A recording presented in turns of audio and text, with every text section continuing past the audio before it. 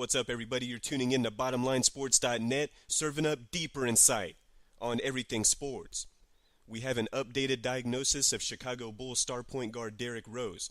Earlier reports had him coming back in January, but now reports out of Chi-Town say Rose won't return until March. I'm going to discuss the dynamics of an increasingly competitive Eastern Conference and how the new timetable for Rose's recovery affects the Bulls' chances to compete for an NBA title. It was reported back in May that Rose might be back by early January, but now the Chicago Tribune is saying that his return falls closer to the typical 12-month recovery period for ACL injuries, and that he's scheduled to return in March. Just a reminder that the playoffs begin in mid-April. For those that think the Bulls will miss the playoffs, I don't see a chance in hell of that happening, and I'll tell you why. First of all, we're talking about the team who finished the regular season as the number one seed in the East for the second straight year last year. A team that fought through 27 games without Rose and still managed to finish as the number one seed last year. Chicago went 18-9 without D. Rose. The Bulls are a deep team.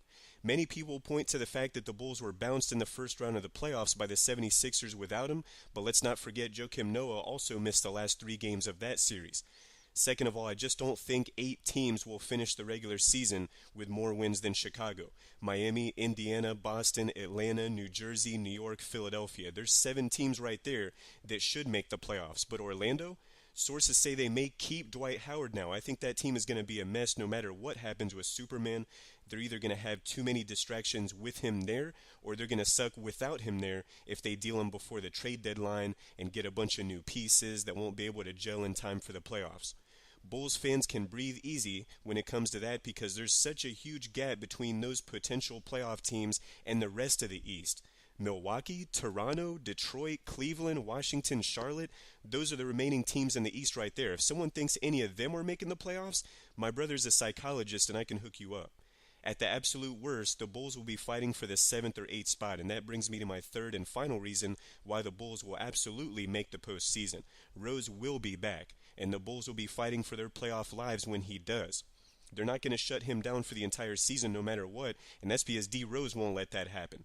I personally believe Rose will be back after the All-Star break, and he'll have 2 months to get back into the flow of things. That's plenty of time. And at that time, the Bulls will look like they've taken 30 Red Bulls before each game.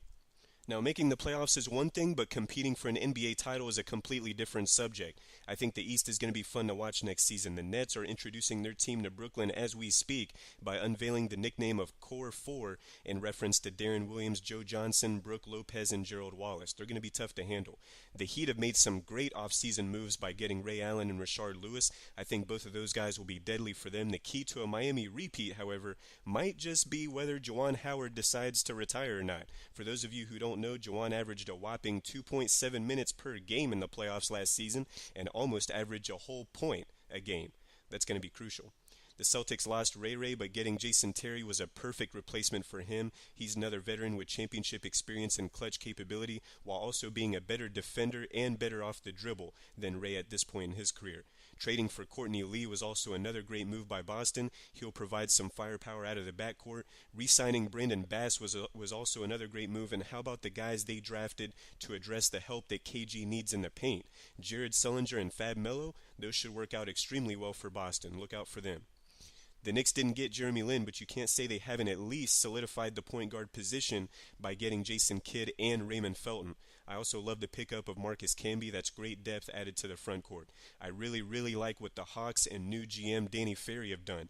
They got rid of Joe Johnson and Marvin Williams and the ridiculous contracts that they had.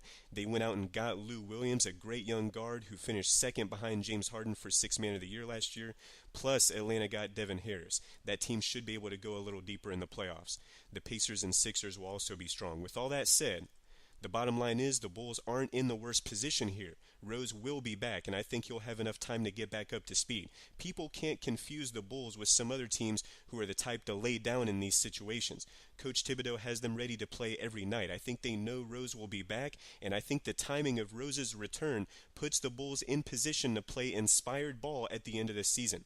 I wouldn't be surprised if a resurrected Bulls team goes deep in the playoffs. However, My prediction is I don't see the Bulls beating the Heat or Celtics if they get there. The Heat and Celtics will only be better than they were last year. The Bulls have a championship caliber defense, but they still need more efficient scoring to go along with it, whether it comes in the form of an all-around score or low post score. The return of Rose may have the Bulls sniffing an NBA title, but they won't touch it until they get Rose a few more pedals.